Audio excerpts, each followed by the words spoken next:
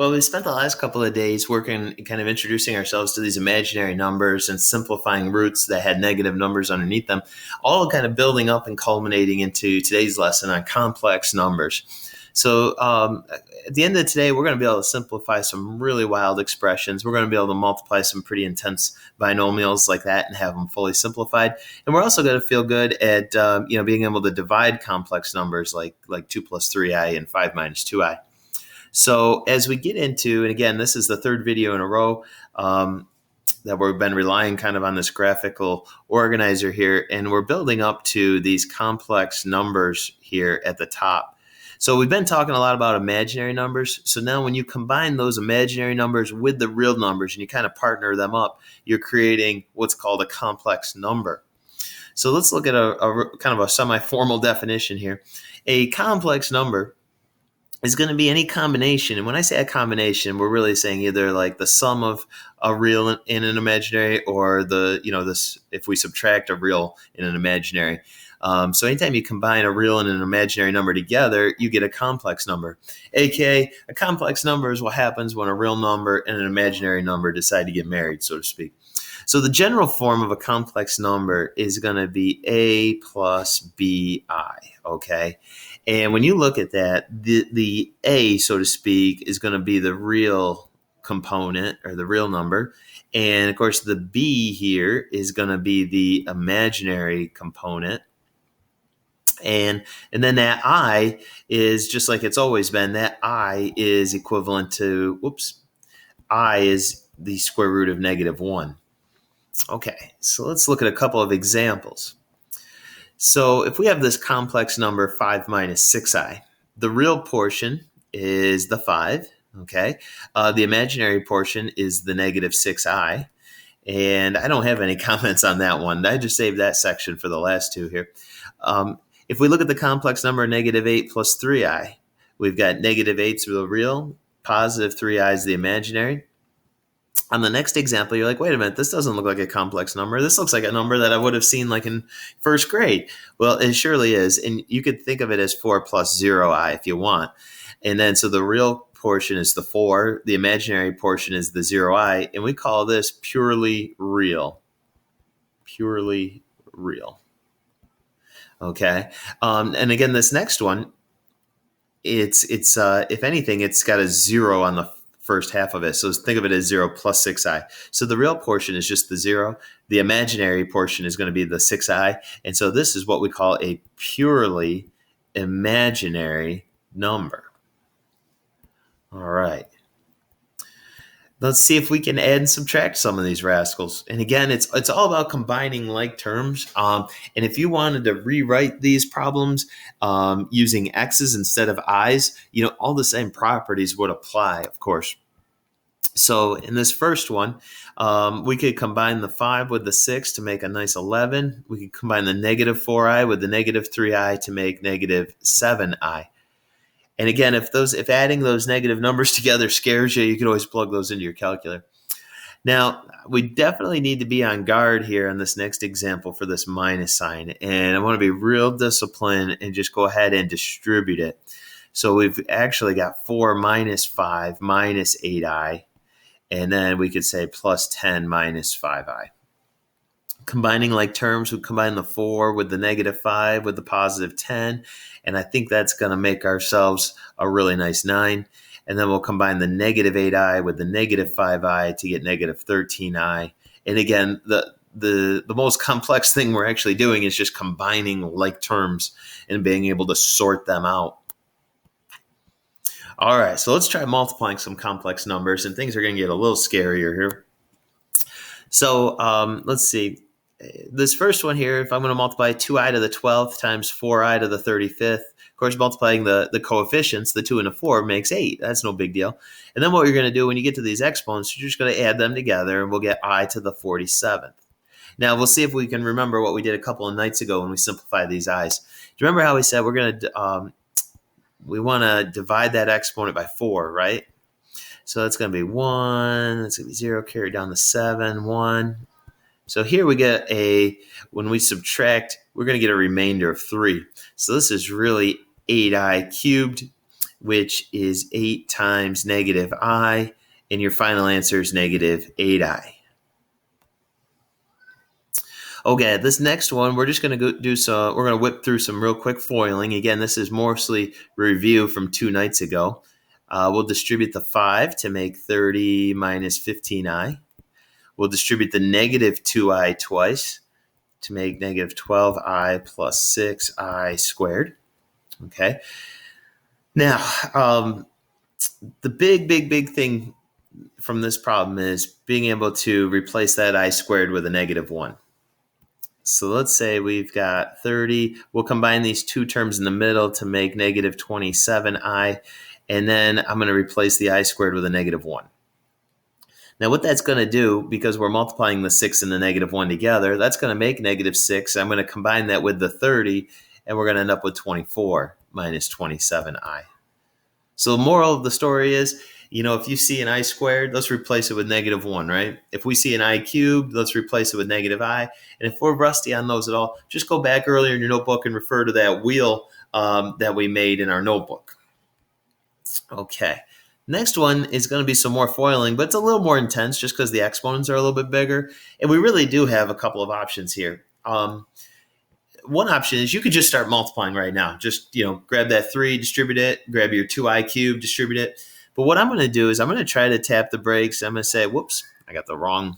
I thought I had a highlighter. What I want to do is I want to just simplify those two bears right out of the gate. So this is really 3 plus 2 times negative I. And then we've got 3I minus 4 times I to the 0. Now, you're wondering, how did you get I to the 0? Well, what we did is we divided this by 4. The remainder was 0. So, boom, the new exponent is 0. So we'll go 3 minus 2I. We'll go 3I minus 4. Because I to the 0 is just a 1. And now we're in a really good place to start distributing now.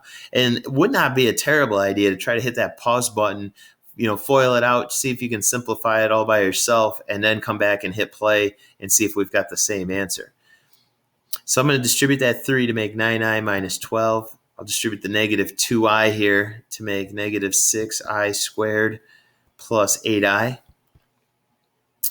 I think I'm going to combine the 9I and the 8I to make 17I. And then I'm going to replace that I squared with a negative 1. Now, if I multiply my negative 6 and my negative 1, that's going to be positive 6.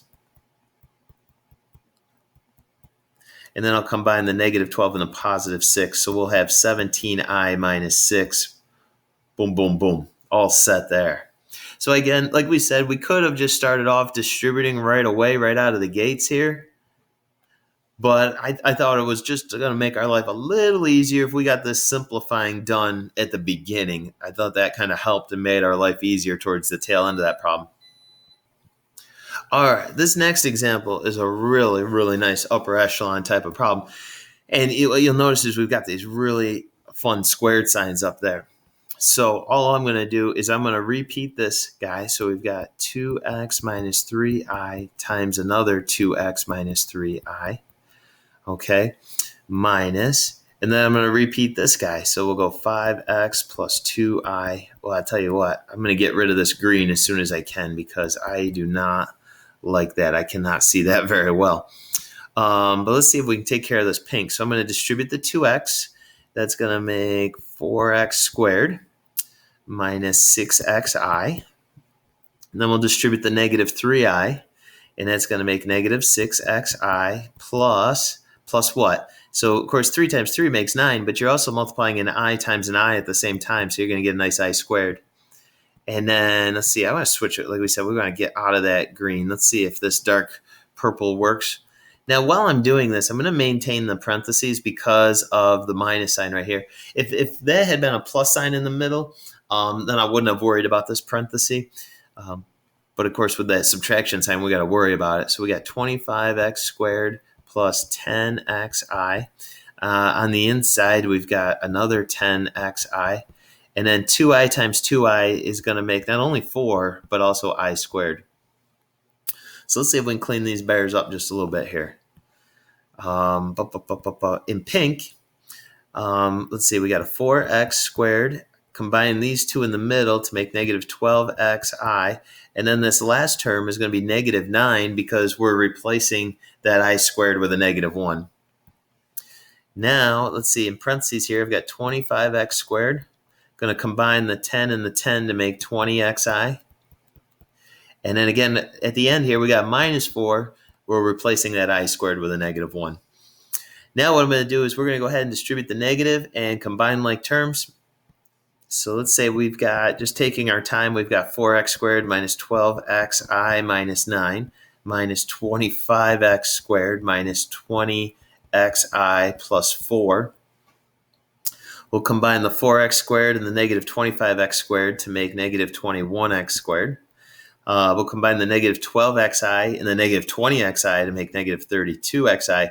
Holy smokes, we got a lot of negatives. And negative 9 combined with 4 makes negative 5. And by golly, that's about as many negative numbers as you're going to see in an answer. Boom, boom, boom, boom. Okay, here's another one. And again, we're just going to practice squaring and distributing this negative. I think, anytime, check this out.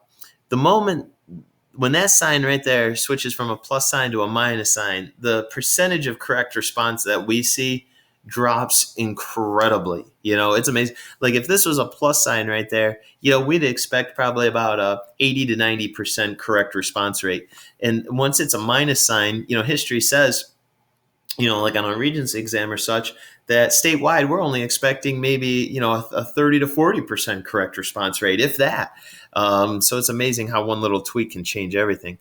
But what I'm going to do is I'm just going to rewrite this 4k minus 3i twice. And one little trick that I like to do is I like to put brackets around this. And what that does, it kind of helps organize my thoughts and just helps me say, okay, let's just worry about the foiling part first, right? So we're going to have 16k squared. And we got minus 12ki. And on the inside here, we got a negative 12ki. And then negative 3i times negative 3i makes not only a positive 9, but then also an I squared. Okay, so let's say we've got 16k squared minus 24ki minus 9 once we replace the I squared with a negative 1. And then we'll go ahead and distribute the negative. So we've got 8 minus 16k squared plus, boy, I can't, I'm not sure if you can hear that wind, but holy smokes. We've got some crazy wind outside. Wow. Wowzers. All right, now for the finishing touch, we're just going to combine the 8 here with the 9. So I think we're sitting on 17 minus 16k squared plus 24ki. And that's our final answer in terms of both k and I.